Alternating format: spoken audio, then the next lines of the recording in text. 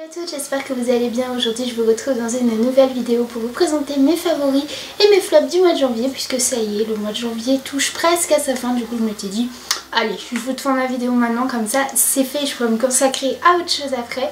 Du coup on va commencer tout de suite parce qu'il y en a quand même un petit peu. On va commencer par le côté soin, donc vraiment mon gros favori du mois de janvier, c'est la crème contour des yeux de chez Simple. Donc moi c'était la première fois que j'utilisais un contour des yeux en fait dans ma routine visage. Généralement en fait j'hydratais mon contour des yeux avec ma crème hydratante, vous savez, en même temps que vous passez, et je m'étais dit bah pourquoi pas tester aussi un contour des yeux. J'ai remarqué qu'elle avait vraiment réduit mes ridules et c'est vrai que ça réveillait un petit peu plus mon regard, ça hydratait, donc je pense vraiment que utiliser une crème contour des yeux en fait c'est vraiment nécessaire quand on a un contour des yeux qui est quand même assez asséché ou qui a quand même des ridules comme moi. Donc voilà, pour moi ça a été vraiment une très grande découverte. Ensuite, deuxième belle découverte côté soins mais plus corporel, et je n'aurais jamais pensé, c'est en fait l'exfoliant corporel de la marque Zoella Beauty. Honnêtement pour moi ça a été une très belle découverte. Celui-là il est vraiment très bien puisque je vais essayer de vous montrer. Là vous voyez. Vous voyez, les grains sont très gros et en fait on dirait que c'est des gros morceaux de sucre. Donc ça exfolie vraiment très bien la peau. Par contre il en faut vraiment un tout petit peu, parce que moi la première fois j'en ai mis beaucoup et je peux vous dire que ma peau, elle a piqué après. Il a une très bonne odeur qui est un peu sucrée, citronnée, un peu de propre, voilà, que j'aime beaucoup. Et donc maintenant on va passer côté make-up, puisque côté soins c'est les deux seuls favoris que j'ai eu, mais côté make-up j'en ai un petit peu plus. Les ongles, donc j'ai eu un gros coup de cœur pour ce kit à vernis de la marque Opi, qui est le Iceland Collection, donc c'était leur collection d'hiver. J'ai adoré utiliser ce kit en fait de vernis à l'intérieur, et particulièrement, alors je vais vous les approcher un petit peu plus près, particulièrement cette couleur que je trouve que c'est un rose assez... je pourrais pas trop décrire, mais je trouve qu'il est vraiment parfait pour les saisons un peu froides, voilà. J'ai beaucoup aimé aussi utiliser le bleu et cette espèce de violet qui tire vraiment sur le gris. Par contre celui-là je suis un petit peu moins fan, mais lui je pense que c'est pour superposer en fait sur un autre vernis, puisque c'est un rose gold, mais quand on le met sur les doigts ça fait un peu un rose gold, vous savez, un peu vernis de mamie. En fait je ne connaissais pas ces petits kits de chez Opi, et c'est vrai que pour découvrir leur collection et pour avoir des vernis Opi, parce que c'est quand même des très bons vernis et ça a quand même un budget, puisqu'un vernis coûte aux alentours de 13 et quelques euros, bah, je trouve que pour 20 euros vous en avez 4 et vous avez les collections actuelles. Ils en font beaucoup et je pense que je me pencherai un petit peu plus dessus. Beaucoup aimé, et j'avais vu que sur le site de Sephora il est en solde. Bien évidemment il est en rupture de stock, mais il était en solde, et du coup bah, si vous voulez le procurer, honnêtement ils sont top. Ensuite toujours côté ongles, j'ai deux top coats à vous présenter. Donc tout d'abord celui de chez Maybelline, qui est le Tenu Armstrong Pro effet gel 3D top coat, qui se présente comme ceci, que j'ai acheté mi-janvier, puisqu'en fait j'ai terminé celui de chez Kiko, et comment vous dire que celui-là il est juste trop bien. D'une, ça vous fait vraiment un effet gel, c'est vraiment, on dirait qu'on a les doigts, on sort de chez la manicure. Je sais pas si vous allez voir, mais vous voyez le pinceau en fait il est vraiment à la forme de notre ongle, donc quand on passe comme ça prend vraiment en fait tout l'ongle. Donc je sais pas si vous allez voir, c'est assez compliqué à montrer, mais c'est vrai qu'il prend vraiment la forme de l'ongle. Donc il suffit d'une couche, vous faites comme ça, hop, et c'est terminé. Par contre, bien évidemment, ça met un petit peu plus de temps à sécher, mais honnêtement, l'effet 3D top gel, il est vraiment là. Mon top coat, et pour moi, c'était vraiment une très belle découverte. Ensuite, deuxième produit vernis que j'ai acquis il n'y a pas très récemment, mais pour moi, ça a été le coup de cœur immédiat. C'est en fait le sèche-vite de la marque Sèche-Vite. En fait c'est un top coat, mais avec un actif de sèchement plus rapide. Je n'ai jamais eu un top coat qui sèche aussi vite de ma vie, puisque moi j'aime beaucoup me faire les ongles, mais moi j'ai un problème, c'est que je n'aime pas attendre. C'est que voilà, rester comme ça pendant à peu près, on va compter bien 20 minutes voire une demi-heure comme ça, bah moi au bout d'un moment ça me saoule. En 10 minutes c'est sec. Moi je l'ai eu sur le site de Amazon, puisque je ne l'ai pas trouvé ailleurs, il n'est pas du tout commercialisé en France, et j'ai mis à peu près 2 semaines et demie avant qu'il arrive. Il était super bien emballé, hein, dans du papier bulle, dans son emballage d'origine, etc. Donc pareil, je vous mettrai le lien en barre d'infos si ça vous intéresse. Mais vraiment le sèche-vite, c'est vraiment une petite merveille pour moi. Donc toujours côté make-up, mais cette fois-ci j'ai eu 2 palettes au mois de janvier que j'ai beaucoup aimé utiliser. Donc tout d'abord j'ai ressorti en fait ma chocolate bar de chez Too Faced. Ça faisait bien, je pense 5-6 mois que je l'avais laissée dans mon placard à palettes. C'est une palette pourtant que j'adore. C'est la toute première palette que je me suis achetée, donc je vous la montre comme ça, mais je pense que vous la connaissez. J'ai beaucoup aimé me maquiller avec cette couleur là qui est un orangé, ce doré. J'ai bien aimé aussi ce petit champagne rosé et j'ai bien aimé aussi celui-là, donc qui a un, comment dirais-je, un espèce de marron clair qui est mat. J'aimais beaucoup jouer avec ces couleurs. Cette palette, c'est vrai que pour moi c'est un petit basique en fait. Elle sent bon, en plus de ça le chocolat, même ça va faire peut-être 5 ans que je l'ai, ouais à peu près 5 ans. Elle sent toujours aussi bon le chocolat, bon peut-être moins qu'au début, mais ouais, mais elle sent toujours aussi bon le chocolat. Il y en a une autre qui est vraiment, alors celle-là c'est la basique de chez Basique. C'est la Naked 2 Basique. Elle porte bien son nom, donc j'ai beaucoup aimé l'utiliser en ce mois de janvier, pareil pour faire un petit make-up assez naturel. Le matin quand j'avais pas le temps, je prenais admettons une de ces 2 couleurs. Je mettais une de ces 2 couleurs sur toute la paupière mobile, sans creux de paupière, un trait d'eyeliner, un coup de mascara et c'est fait. Mais voilà, c'était une palette que j'avais achetée aussi au tout début où je commençais vraiment à dépenser mon argent chez Sephora. Donc voilà, c'est vraiment la petite palette. En plus de ça, elle est vraiment toute petite. Je l'ai ressortie et elle a fait son mois de janvier. J'étais très contente de l'utiliser et puis au moins ça me permet de me rappeler aussi que je l'ai et qu'il faut pas que je l'oublie. Ensuite, toujours côté make-up, il y a 2 rouges à lèvres que j'ai beaucoup aimé. Donc tout d'abord on va commencer avec un rouge à lèvres mat, donc qui est un de chez Sephora, vous savez les rouges veloutés sans transfert. Moi je l'ai en teinte 17. C'est un rouge assez cuivré je trouve. Je vais vous faire un swatch.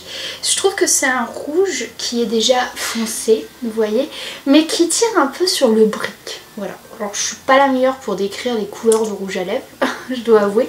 Mais voilà, moi je dirais plus ça, c'est un rouge foncé qui peut avoir, vous voyez, qui tire un petit peu vers le brick.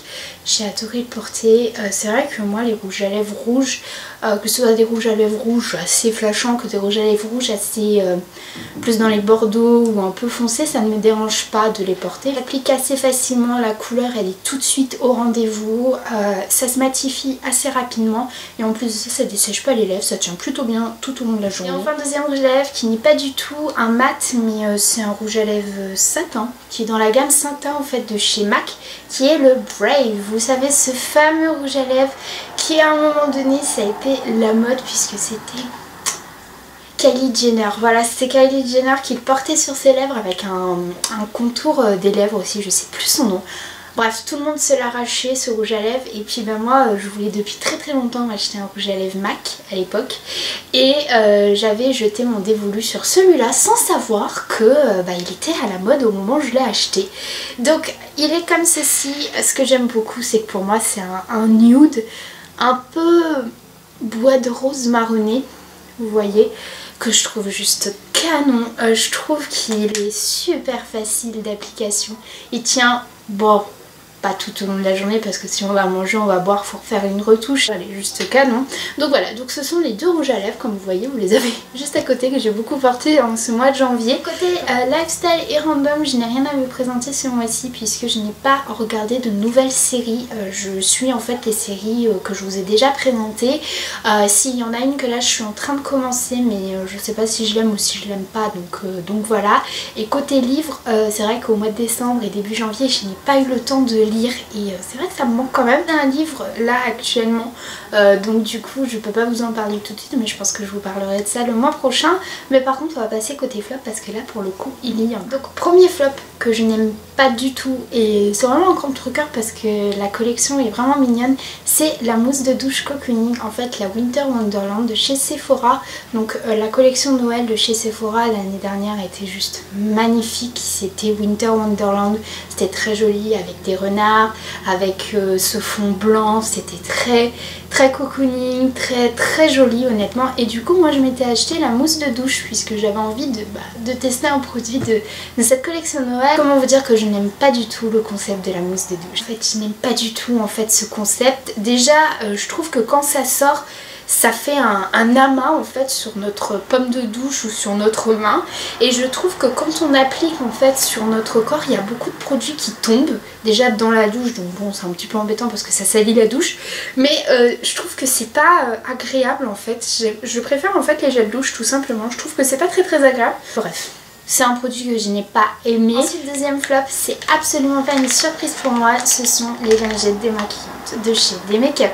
Je sais même pas pourquoi je m'obstine encore à m'acheter des lingettes démaquillantes quand je pars en voyage. Peut-être parce que je n'ai pas envie d'emmener toute ma ribambelle, mon baume démaquillant, mon eau micellaire, etc. Mais j'avais acheté ces lingettes démaquillantes quand je suis partie à Londres et je vous les avais présentées dans ma vidéo ce que j'emporte avec moi en voyage. Et en fait, comment vous dire, non, ces lingettes démaquillantes ça ne passe pas du tout. Comme d'habitude, c'est toujours le même scénario. Je trouve que ça démaquille pas très bien en fait niveau mascara. Je sentais en fait que le lendemain que j'avais encore mes cils, vous savez qu'il y avait encore du mascara, ça m'irritait extrêmement les yeux. Mais alors je vous raconte même pas, ils étaient rouges mais d'un rouge vraiment bien prononcé, ça me piquait et en plus de ça sur la peau j'aimais pas, c'était collant, ça m'a fait plein de petits boutons en plus de ça. Bref, je sais même pas pourquoi je m'obstine encore à acheter des lingettes démaquillantes vraiment, hein, parce que ma peau elle aime pas du tout ça.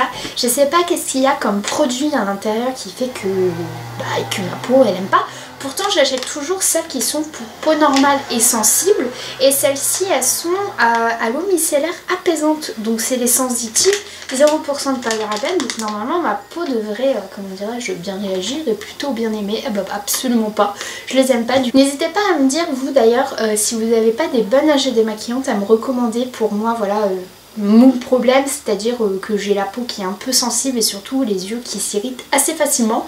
Dites-moi ça en commentaire, j'aimerais bien avoir aussi vos recommandations. Le dernier, c'est un rouge à lèvres mat. Oui, et oui, mais c'est un rouge à lèvres que j'avais eu dans la box Look Fantastique. Je sais plus quel mois. Donc c'est de la marque Bella Pierre qui est le Kiss Proof Lip Cream en teinte Incognito. Voilà, donc il se présente comme ceci. Donc c'est en fait, j'arrive même pas à décrire, c'est un nude, mais un nude qui est assez bizarre. Je trouve qu'il est un peu orangé. Je vais vous faire un swatch.